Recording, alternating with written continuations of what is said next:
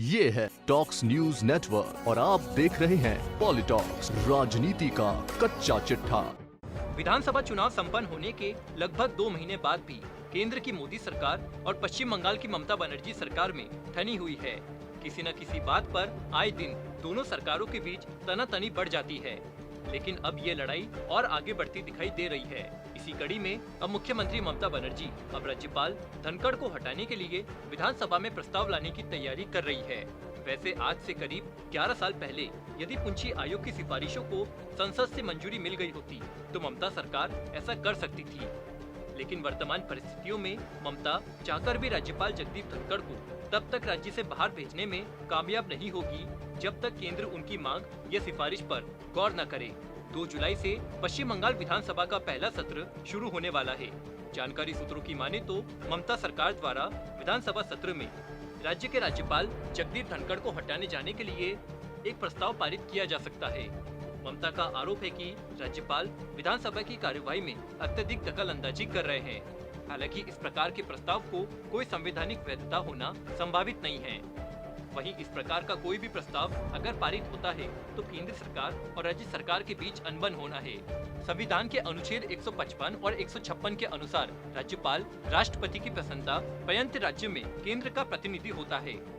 इसलिए इन अनुच्छेदों का व्यवहारिक पक्ष ये है कि कोई राज्य सरकार राज्यपाल को हटा नहीं सकती। ममता सरकार की इस प्रस्तावित कार्रवाई के कुछ राजनीतिक नतीजे अवश्य होंगे। वैसे राज्यपाल के पद से संबंधित विवाद उतने ही पुराने हैं जितना भारत का लोकतंत्र और इसको लेकर कई बार कमेटियां बनी हैं, जहां सरकारीय आयोग और वेंकटचलैया आयोग ने सिफारिश की थी कि राज्यपाल का कार्यकाल 5 साल का होना चाहिए और उन्हें हटाए जाने की कार्रवाई राज्य सरकारों से विचार विमर्श करने के बाद ही होनी चाहिए। पुंछी आयोग ने राज्यपाल को हटाने की शक्तियां केंद्र से छीन लिए जाने की सिफारिश की थी और कहा कि राज्यपाल को राज्य विधानसभा द्वारा पारित प्रस्ताव से हटाया जाना चाहिए।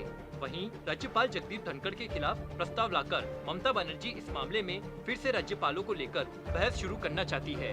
वैसे हाल ही के समय में अन्य राज्यपालों ने ऐसी विवादास्पद स्थितियाँ उत्पन्न की। उनमें राजस्थान के राज्यपाल कलराज मिश्र भी शामिल है।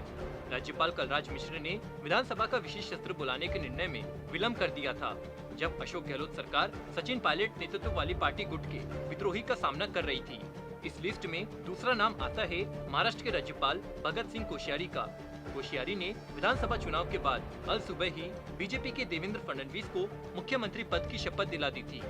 राज्यपाल को हटाने का मुद्दा मद्रास हाईकोर्ट पहुंचा तो तमिलनाडु सरकार को वहां मुंह की खानी पड़ी थी। मामला वर्ष 2020 का है। एक गैर राजनीतिक संगठन ने मद्रास हाईकोर्ट में एक जनहित याचिका दाखिल की थी। उसमें मांग की थी कि हाईकोर्ट केंद्र सरकार को तमिलनाडु के राज्यपाल बनवारी लाल पुरोहित को हटाने का आदेश दे, लेकिन हाईकोर्ट ने उस याचिका को खारिज कर दिया था। पॉलिटॉक्स ब्यूरो, दिल्ली। ये है टॉक्स न्यूज नेटवर्क और आप देख रहे हैं पॉलिटॉक्स, राजनीति का कच्चा चिट्ठा।